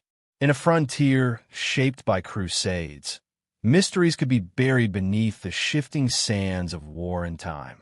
And then there is the theory that reaches across oceans, the notion that the Templars sailed westward long before Columbus, carvings found in Nova Scotia, the legend of the Kensington runestone, and medieval graffiti bearing the Templar cross, discovered in North America, fuel speculation that the order sought to establish a sanctuary far from the reach of European powers. While mainstream historians dismiss these claims, the sheer persistence of the stories and the odd consistency of their details suggests something unusual may have occurred. If the Templars carried with them relics or documents of immense significance, hiding them across an ocean would be the safest strategy imaginable. Amid all these possibilities lies a broader pattern. Wherever Templar influence reappeared, Scotland, Portugal, Spain, there also appeared symbols, legends, and architectural traces that mirror the mysteries of Solomon's Temple. It is almost as if the order scattered fragments of their sacred knowledge across multiple regions, ensuring that no single authority could ever recover the whole truth. This distribution mirrors the ancient tradition of hiding holy relics in separate locations to prevent their capture. Could the Templars have revived an old biblical strategy, dividing their discoveries into pieces and sending each piece to a different corner of the world? What makes the mystery more compelling is the total absence of official records. A network as vast as the Templars should have left behind mountains of documents, yet almost nothing remains. Their archives vanished. Their maps disappeared. Even their internal correspondence, once so detailed, seems to have evaporated. This silence is not accidental. It suggests a controlled purge, a deliberate cleansing to ensure that the Order's secrets remain safe, even if the Knights themselves fell. In France, underground tunnels beneath former Templar commanderies remain sealed to this day. Local legends speak of carts rolling through the night, guarded by hooded riders and filled with heavy crates. In England, secret crypts beneath old Templar churches were discovered empty, their contents long removed. In Cyprus, where the Templars briefly retreated after the fall of Acre, entire storerooms were found stripped bare after their sudden departure. Everywhere the order fled, the pattern was the same. The treasure was gone, but the shadows of its presence lingered. As centuries rolled onward, the story of the Knights Templar took on a life of its own, evolving far beyond the reach of historical documents or medieval chronicles. What remained in the wake of their disappearance was not emptiness, but a vast, echoing space where myth, memory, and mystery intertwined. And it is in this space that the modern legend of the Templars has flourished, shaped by speculation, guided by fragments, and fueled by humanity's perennial fascination with forbidden knowledge. Over time, the question shifted from what happened to the Templars to what survived of their teachings, and who holds that knowledge today. In the modern world, countless groups have claimed inheritance of the Templar mantle. Some present themselves as guardians of a spiritual tradition, others as custodians of ancient truths. Many are romantic reinventions, blending chivalry with symbolic ritual. Yet beneath the surface, there are older, quieter currents, families, institutions, and esoteric circles whose histories trace back, sometimes suspiciously, to the moment the Templars vanished from public view. These groups rarely speak openly, yet their traditions carry unmistakable Templar echoes, references to Solomon's Temple, initiatory symbolism, and the idea of hidden wisdom preserved for a future age. One of the most compelling aspects of the modern Templar legacy is the persistence of architectural patterns.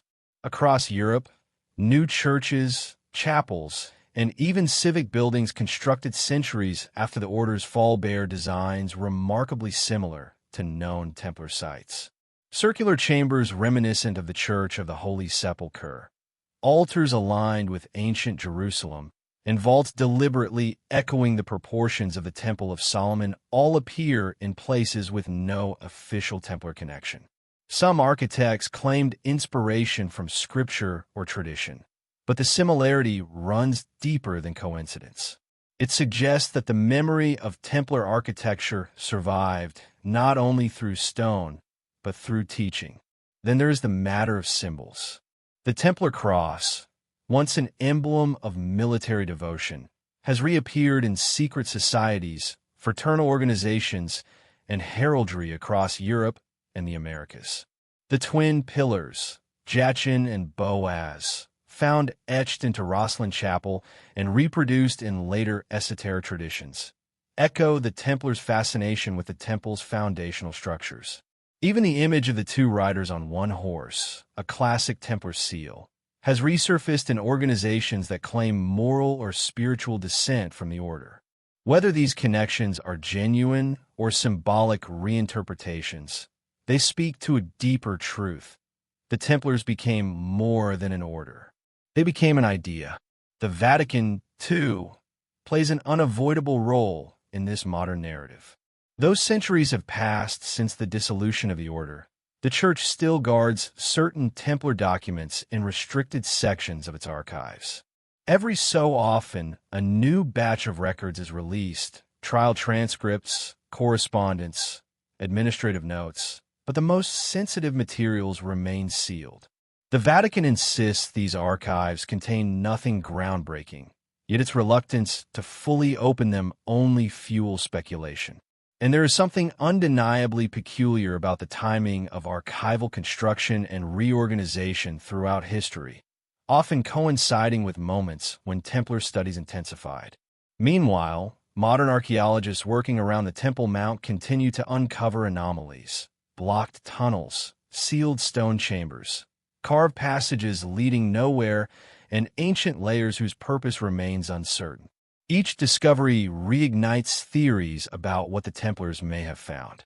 While access to the deepest sections remains heavily restricted for political and religious reasons, even the small findings hint at a far more complex subterranean world than previously imagined.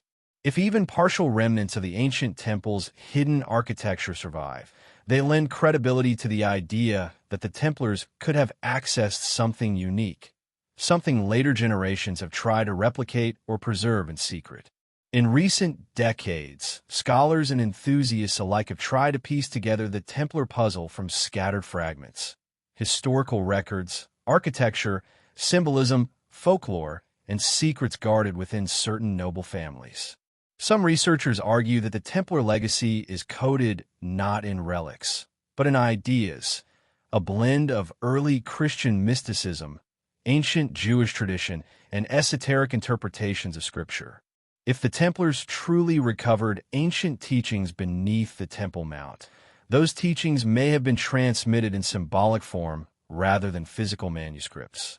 Symbols, after all, are harder to destroy and easier to hide than scrolls or relics.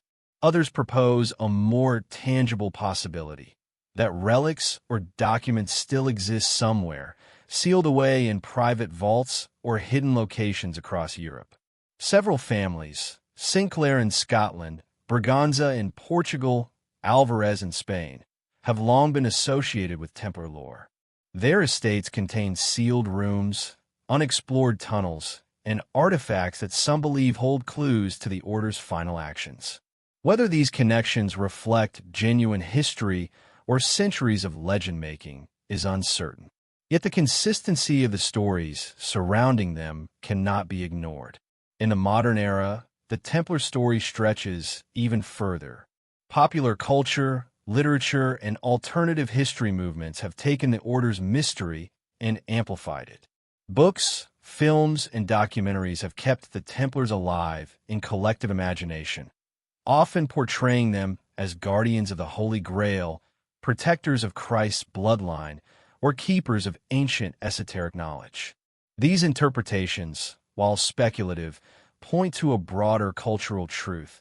The Templars have become symbols of hidden truth, suppressed history, and the eternal struggle between power and knowledge. What makes the legend so enduring is the silence left behind. The Order vanished with remarkable efficiency. Their archives disappeared. Their relics vanished. Their leaders spoke little under torture.